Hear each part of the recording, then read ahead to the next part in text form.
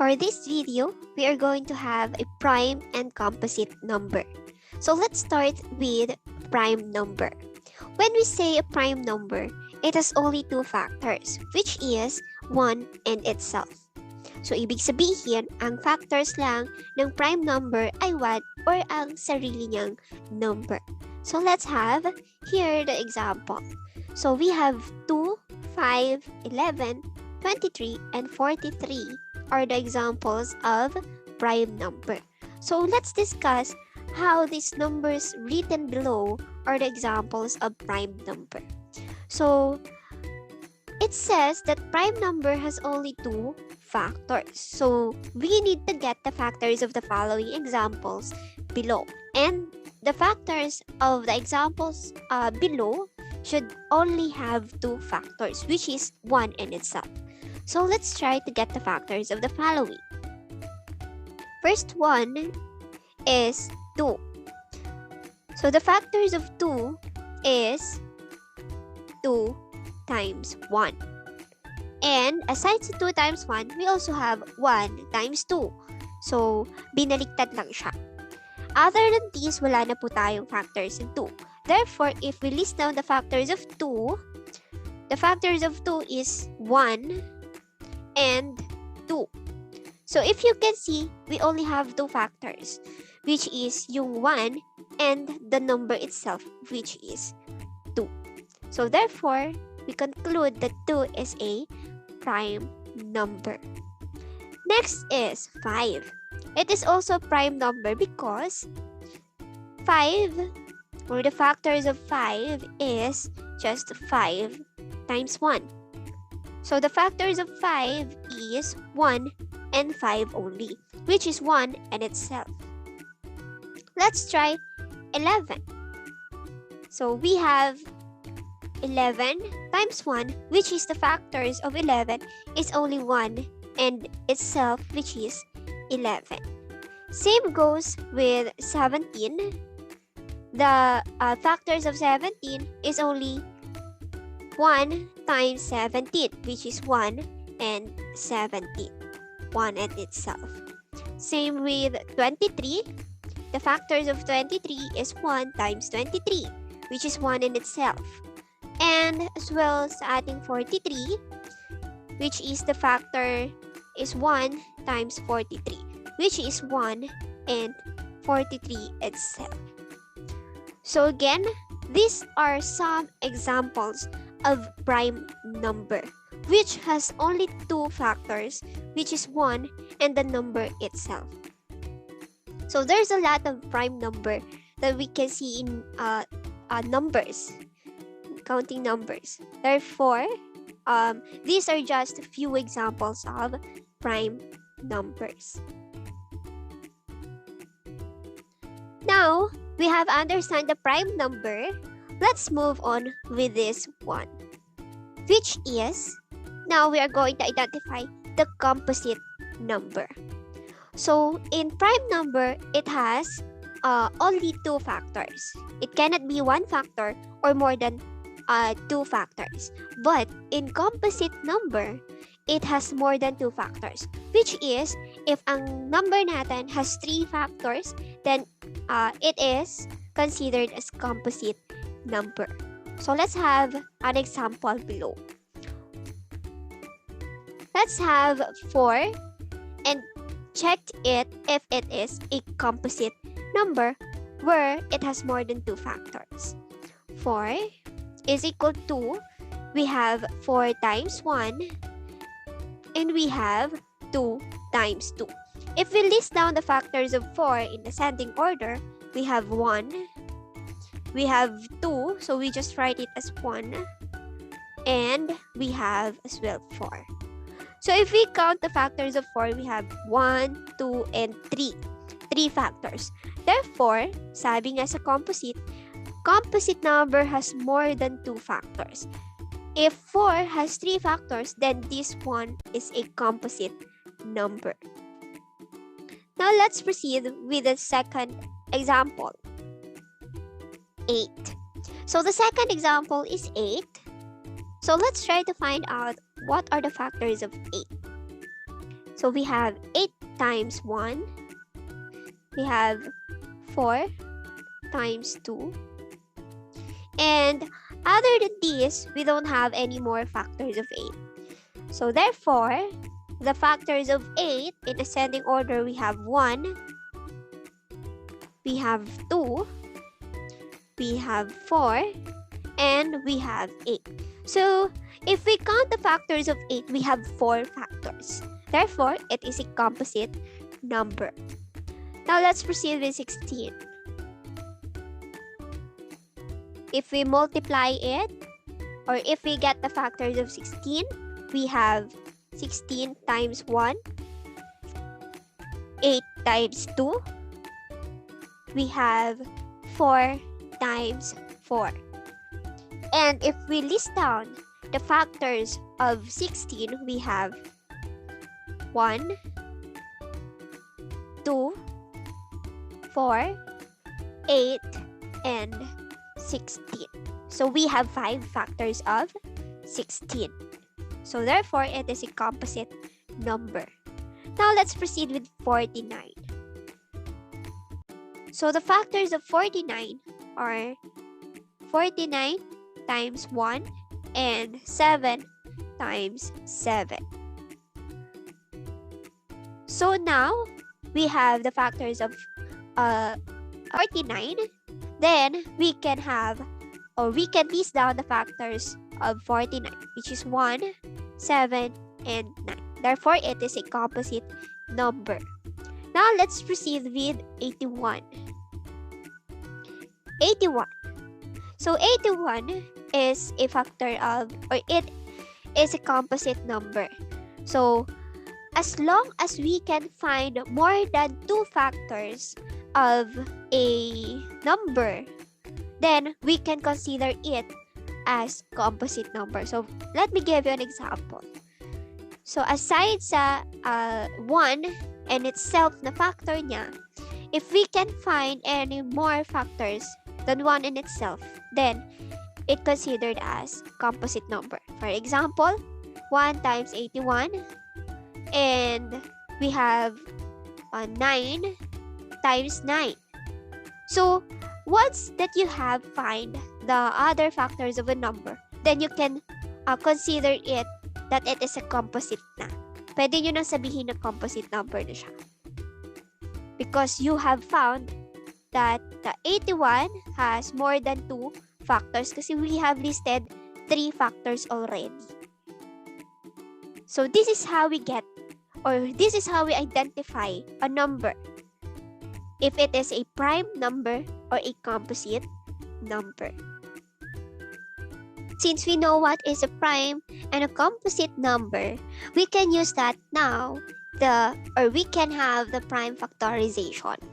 So it is really important to identify a number if it is a prime or composite number, since we are going to use that to solve the prime factorization. What is a prime factorization?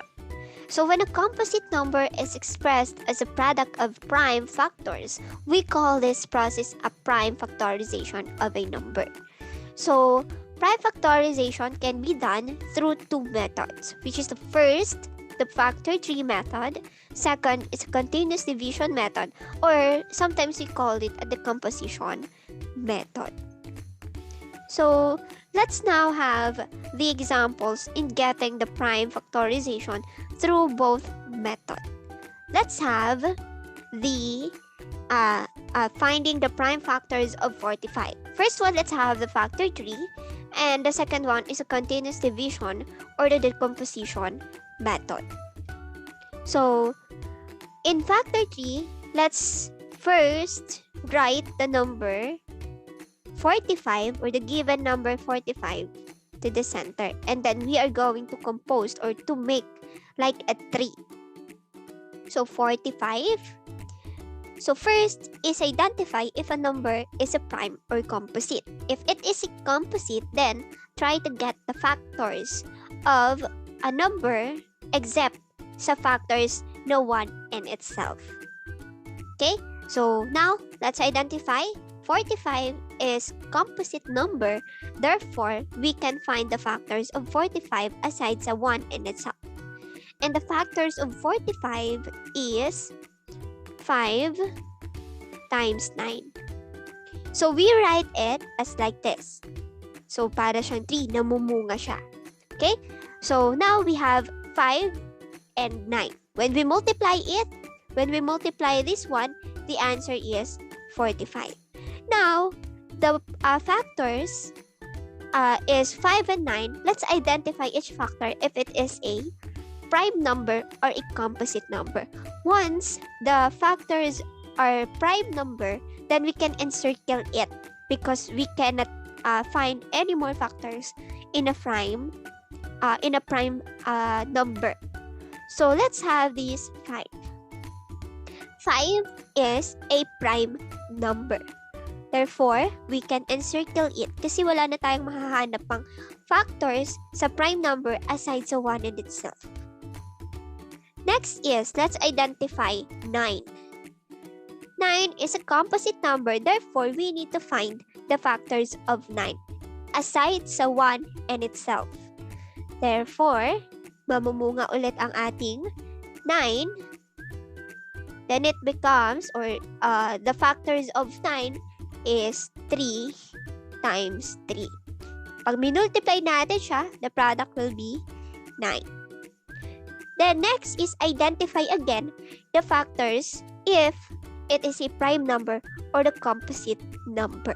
So 3 is a prime number, therefore we will encircle this one. As well this one kasi 3 naman siya. So, if naka-encircle na lahat and we cannot or we don't have any numbers to identify if it is a prime or the composite, then we can now list down the prime factors of 45. So, here are the prime factors of 45. So, you are going to get the encircled number. So, therefore, the prime factors of 45 is 5 times 3 times 3. So, ma'am, how are we going to check this? So, we are going to check this by multiplying it. 5 times 3 is 15. Then, multiply it sa 3. And 15 times 3, it is equal to 45. If the answer is the same sa ating given, then our prime factors are correct. Now, this is how we solve the prime factors using the factor tree. Now, let's use the continuous division or the decomposition method if our answer will be the same. Let's try to use that continuous division. So, continuous division, we are going to write the 45 and the division sign ng baliktad. So, let's have this radical sign. Then, we are going to find the prime number or lowest prime number that can be divided by 45. So, the lowest number that can be divided by 45 is 3. So, 45 can be divided by 3, and when we divide it, the answer is 15. Yung sagot natin sa kanya is isusulat lang natin doon sa ating dividend o ilalim ng dividend natin. So, this is the dividend. Then, the answer is below the dividend. Then, next is identify if a number is a composite or a prime. Pag prime siya, then we can now get the prime factors. But, if it is a composite, we need to get the prime factor or the prime number that can be divided sa ating 15. So, since this is a composite, let's find the lowest number that can be divided sa ating 15. So, 15 can be divided sa 3 natin na prime number. So, when we divide it, yung sagot niya sa baba ulit ng ating dividend. 15 divided by 3 is 5. Now, let's see if we can still divide the number para yung maging sagot niya is a special number. So dapat in using the continuous division, the answer will be the special number. Again, sa paggamit ng continuous division, if you're going to get the prime factors of one number, the answer will be a special number. So a special number is 1. Okay? So dapat ang magiging sagot niya ay 1. So ngayon, how are we going to, what will be the last prime number or lowest prime number na pwedeng i-divide sa 5? So yung lowest prime number na pwedeng i-divide sa 5 is none other than 5. Ngayon, when we divide it, 5 divided by 5, the answer is 1, which is now a special number. Since our answer now is a special number, we can get the prime factors of 45. Paano natin makukuha yung prime factors ng 45? We can get it in the left side vertically. So ngayon, the prime factors of 45 is 3 times 3 times 5. And when we multiply it, 3 times 3 is equal to 9 times 5, and 9 times 5 is 45. It is equal now to the given that we have. And if you notice that the prime factors that we have in using the 3 method and the continuous division is the same. Meron tayong dalawang 3 and meron tayong isang 5. So this is how we find the prime factors of a number using a factor 3 method and a continuous division.